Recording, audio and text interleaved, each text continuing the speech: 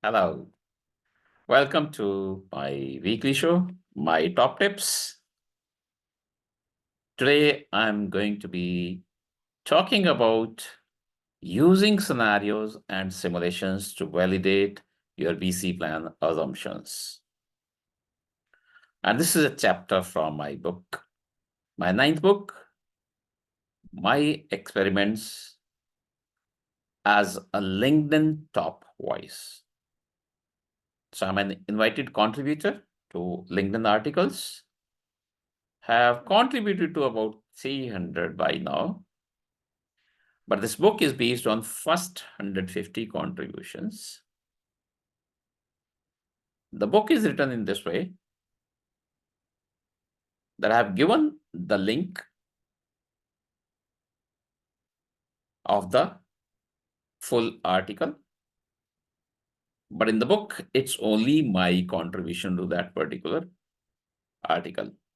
The benefit is that this becomes a readily available encyclopedia of information and knowledge for you. My contribution available to you from the book, but other experts across globe might have also contributed to the article, so that link is available to you. Each chapter in my book is just about a page written by me. The chapter name is from a LinkedIn contributed article, as I said, and I have given the link for each chapter.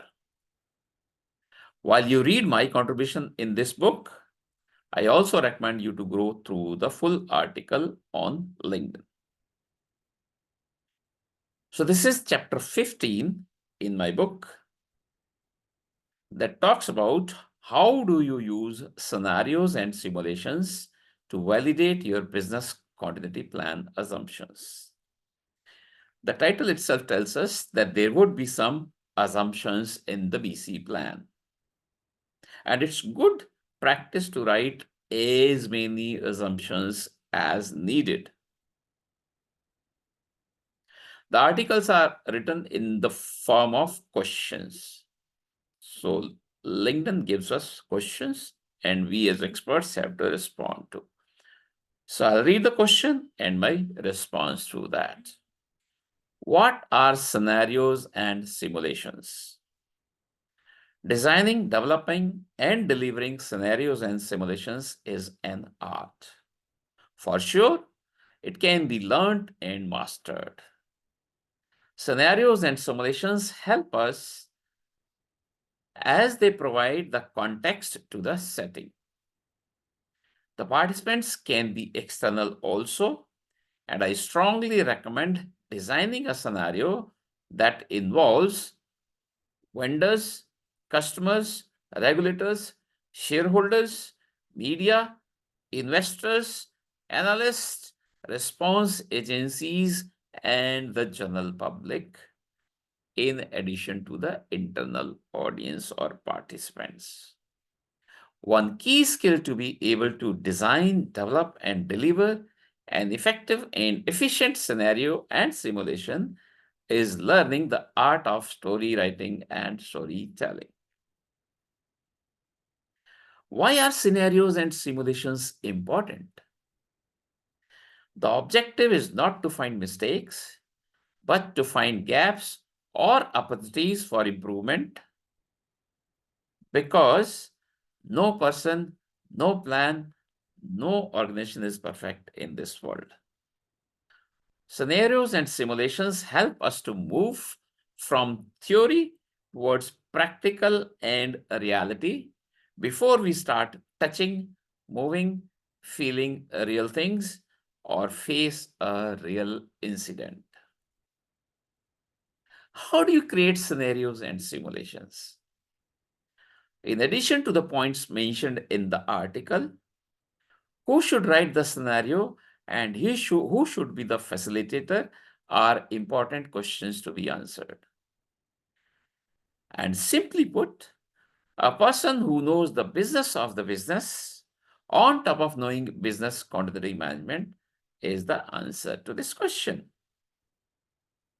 A scenario may be designed and developed by a team, but delivery is generally one person. There may be a support available to him or her at times. This person may be out of the design and development teams. A good trainer is a good candidate to be a facilitator for the simulation exercise. The facilitator needs to be good communicator, a good orator. He or she may be supported by someone taking the notes, the scribe. How do you use scenarios and simulations effectively? The selection of an appropriate scenario is a good challenge. The current approach after COVID-19 pandemic and due to increasing operational resilience demands is to test severe but plausible or rare but plausible scenarios.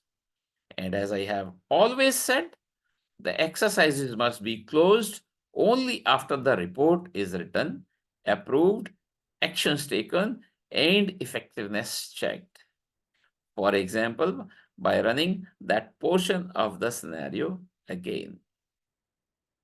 I'm putting my experience of having gone across companies, countries, and industries in various roles like auditor, assessor, tester, trainer, consultant, etc.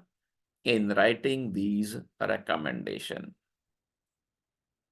While closing my article on LinkedIn, as well as closing the chapter in the book and closing the talk today. Designing, developing, and delivering an effective BC test is an art which can be learned and mastered over a period. Storytelling and story writing are two very important skills needed in scenarios and simulations. The selection of participants in scenario and simulations is as important as that of the scenario itself. The expectation today is to test rare but plausible, severe but plausible scenarios.